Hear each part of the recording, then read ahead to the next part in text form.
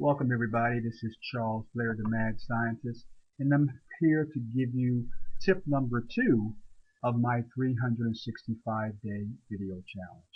Today's tip is going to be on landlording for success. I've been a real estate investor now for over 18 years. I have managed hundreds of properties, so I think I got a little bit of information that I can share with you to help you be a successful landlord. Let's go with tip number 1. Be consistent. And what I mean by this is, if rents are due on between the 1st and the 5th, depending on your jurisdiction that you allow as far as the grace period, on the 6th, file your eviction notices. This is a business. You have to handle this process. You have to handle your landlording as a business. Take the emotion out of the process. I know in Maryland, if you wait too long to file the eviction notices, you could go into 2 months, 2.5 months down the road before you get a court case and you get the whole eviction process to go to its fruition. So the first tip is be consistent. Train your tenants on what will occur if the rents aren't due on the day that are supposed to be due. Get them out that property so you can get your next tenant in there. Be consistent is tip number 1. Tip number 2 is know your prospective tenant. One of the practices we do with all of our prospective tenants before we move any tenant in is to go and visit their current residency. Now, this is something some of you say, well, Charles, this could be quite a headache. Yeah, but having a problem tenant that's going to destroy your property is going to be even bigger of a headache. So you got to ask yourself, what would you rather have? A good tenant that's going to take care of your property, or someone that's not? Now, there's no guarantee that that property you visit, just because the tenant has taken care of it, they're going to do the same for yours. But it's a good jumping point for you to move forward when you're dealing with prospective tenants. Tip number 3, for quick tenant removal, we like to do 30-day leases for all of our tenants with a 1-year renewal.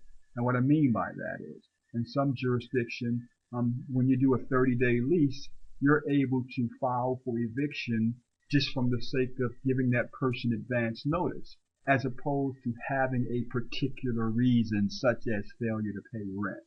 When you have a problem tenant, the last thing you want to do is wait and have to deal with the fact that that tenant hasn't paid your rent as being the reason why you want to evict the tenant. If you have a problem tenant, you want to get that tenant out there as soon as possible. And this strategy, by doing 30-day leases with annual renewals, is a great strategy. Now, depending upon the jurisdiction you're living in, it'll let you do that situation where you're able to file or to actually file for the person to be removed out of the property in 30 to 60 days if that tenant is a problem tenant, as opposed to going through the whole process of the annual way of getting that person out of the property when they didn't, as failure to pay rent. So I like this strategy as a quick approach to get a tenant out of your property. Last but not least, you can double your profit when working with subsidized housing tenants by doing 2-year leases. In Maryland, this strategy I got from a very good friend of mine, the godfather of Section 8, Joe DiMaggio. He uses this strategy. This is a strategy that I adapted from him. You actually have your subsidized housing tenants on Section 8 sign a 2-year lease. You can do that. Especially in our area. We're able to have them sign a 2-year lease.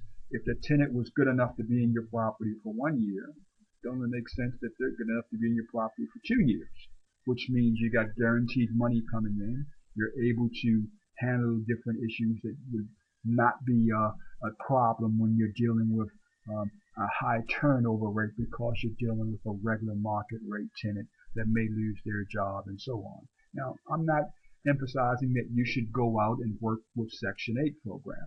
I'm not. But what I'll do today is I believe in the Section 8 program. A lot of my properties is rented for the Section 8 program. And we use the 2-year lease strategy as a way to retain tenants for 2 years and have that income coming in, as opposed to a simple 1-year lease. Now, I hope this strategies have helped you guys. Once again, I'll be presenting tips to you each and every day for this 365-day video challenge. Take care. Mad Scientist is signing out, and I'll see you on the other side. Bye-bye.